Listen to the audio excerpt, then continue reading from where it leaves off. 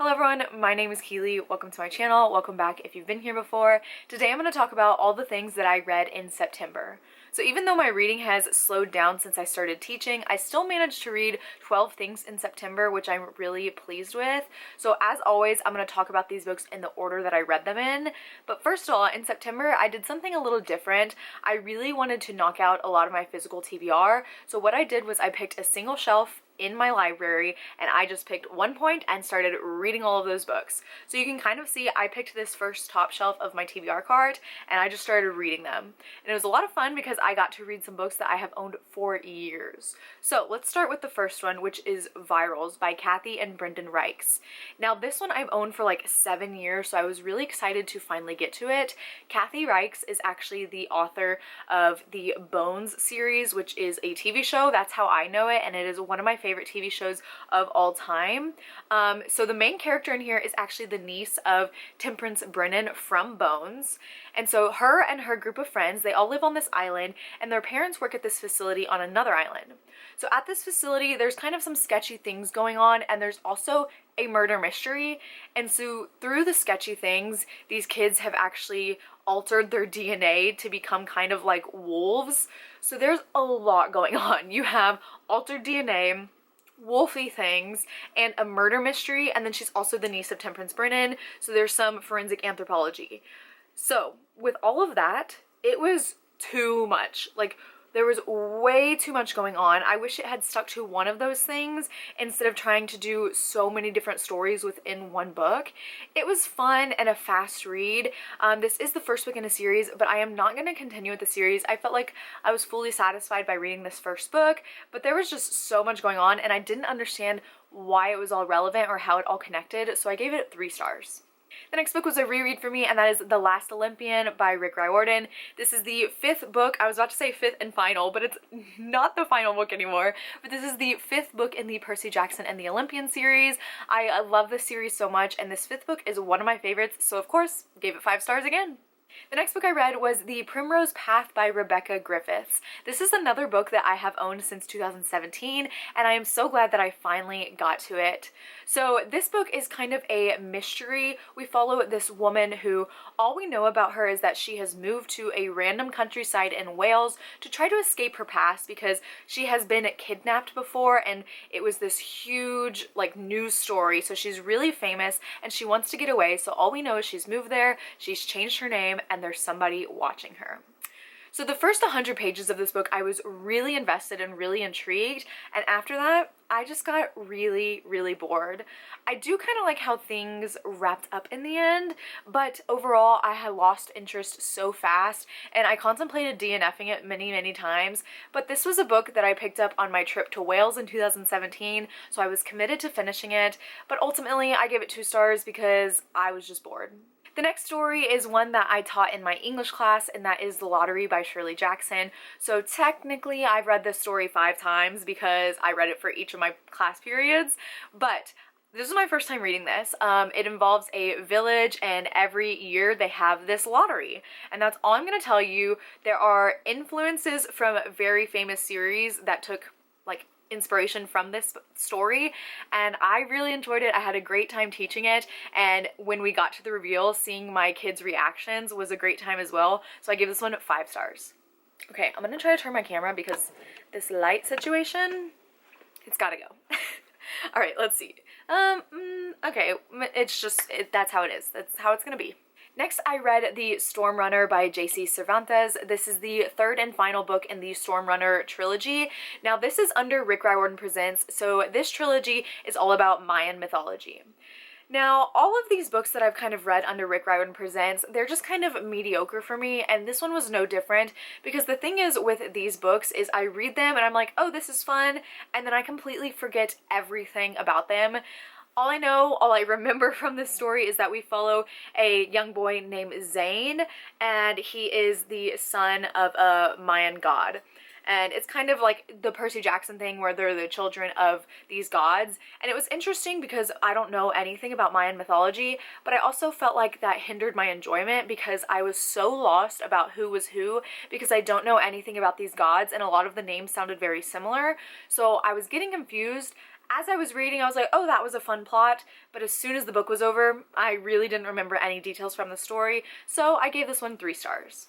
The next book I read was The Cabin at the End of the World by Paul Tremblay. This was my first Paul Tremblay book, and I have heard really good things about this book. So we follow a family, so 2 dads and a daughter, and they are at this cabin, and this man walks up and tells this little girl, what is about to happen is not your fault, and then this family is taken hostage. So once again, this is the same thing as it was really intriguing at the beginning, and then I got incredibly bored. This book is pretty short. It's just slightly over 300 pages, at least my copy is, and it still felt too long, and I think it's because in this story, the same things were happening over and over, so there was nothing new, there was nothing interesting after a certain point was introduced, so I gave this one 2 stars because I was just over it by the end of this book. The next book I read was The Dry by Jane Harper. This is book 1 in the Aaron Falk series, and in this book we follow a federal agent named Aaron Falk. Now, he's not like a detective, he's actually in the finance division, and 20 years ago he left his very small town in Australia because someone he was close to died. Now, his best friend from that time has died as well as his whole family, so he gets this note saying, you need to come to the funeral, I know you lied. So after 20 years, Aaron is going back to his hometown, and he doesn't believe that his best friend killed his whole family, so he starts investigating with the police in this small town. I love following the point of view of like federal agents, detectives, and this book was a lot of that.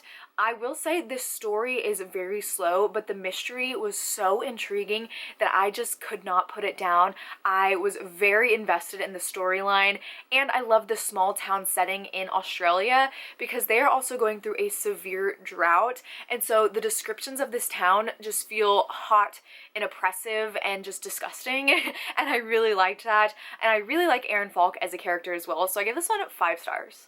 Next, I immediately picked up the sequel, Force of Nature by Jane Harper once again. This is the second book, and I was so in love with the first one that I was like, I need to pick up the sequel right away, and unfortunately, huge disappointment.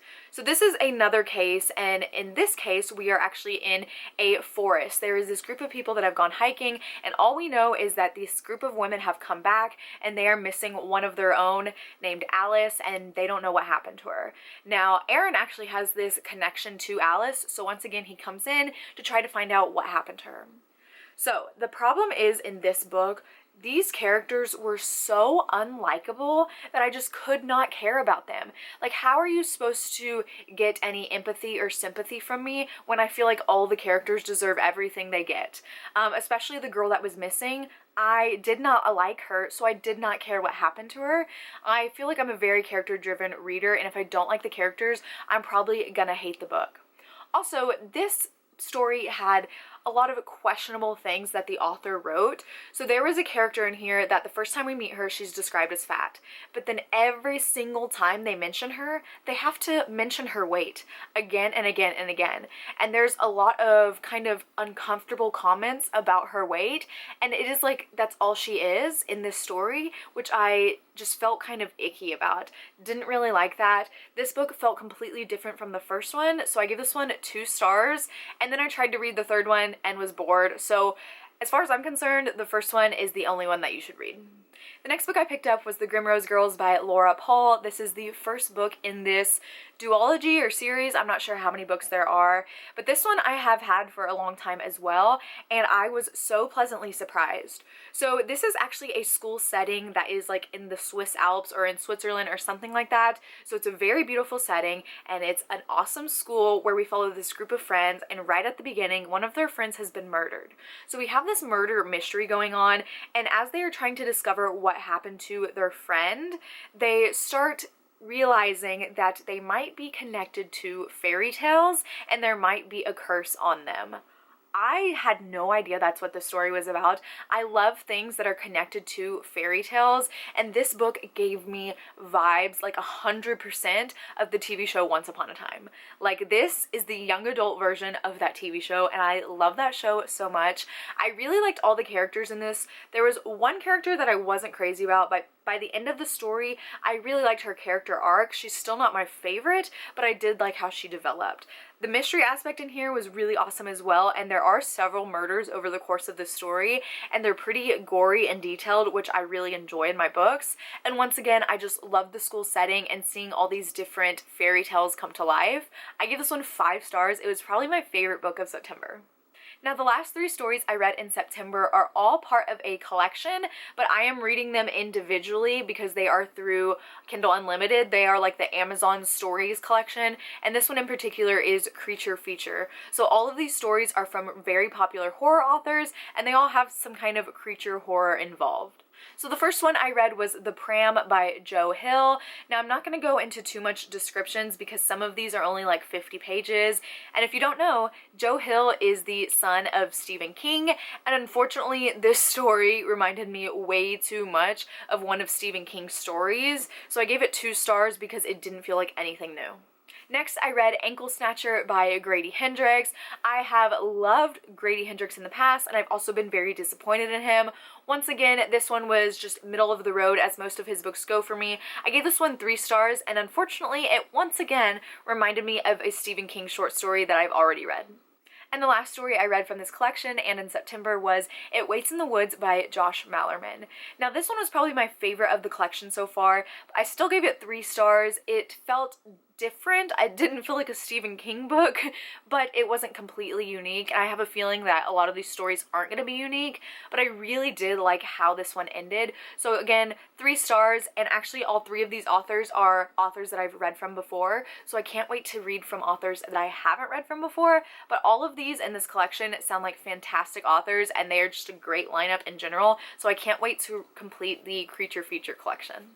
So those are all the books that I read in the month of September. Let me know your favorite book that you read. I would love to know. If you have made it this far in the video, go ahead and leave the spider emoji because that just popped in my head. It's the first day of October that I'm filming this.